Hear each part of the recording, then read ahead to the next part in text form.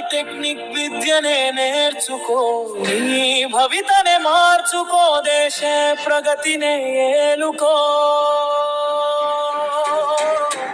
అందరూ చదవాలి సాంకేతికతను ఒక విద్యగా, అందరూ ఎదగాలి ఆకాశమే హద్దుగా. అందరూ మెదగాలి విజ్ఞానంతో ముద్దుగా. 10 పాస్ అయిన వారందో పాలిటెక్నిక్ లో చేరవచ్చు. ఇక్కడే చక్కటి చదువులెన్నో చదవవచ్చు. అలిసే వరకు ఆటలెన్నో ఆడవచ్చు. పర్వశాన పాటలెన్నో పాడవచ్చు. సృజనతో కళా స్వరూపాలనెన్నో సృష్టించవచ్చు.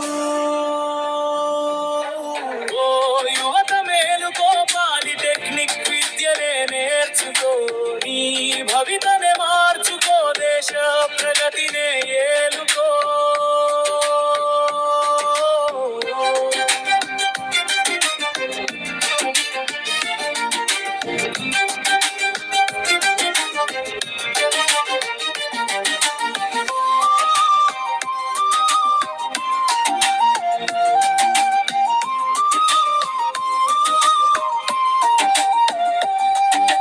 సివిల్ తో సిటీలనే నిర్మించవచ్చు. ఎలక్ట్రికల్ తో ఎలుగులనే విరజిమించవచ్చు. బహువిధ యంత్రాలను బానిసలుగా పని చేయించవచ్చు. కంప్యూటర్స్ తో కంపెనీలనే గెలవచ్చు.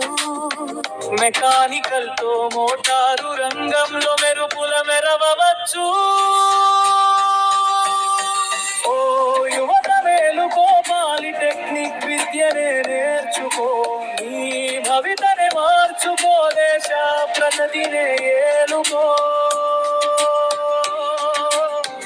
అందరూ చదవాలి సాంకేతికతను ఒక విద్యగా, అందరూ ఎదగాలి ఆకాశమే హద్దుగా. అందరూ మెదగాలి నీ జ్ఞానంతో ముద్దుగా.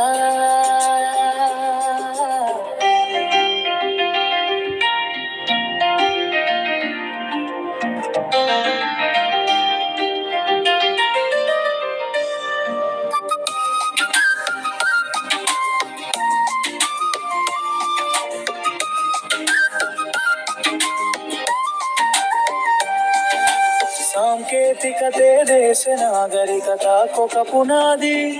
శస్త్ర విందానమే లేని సమాజమొక సమాధి.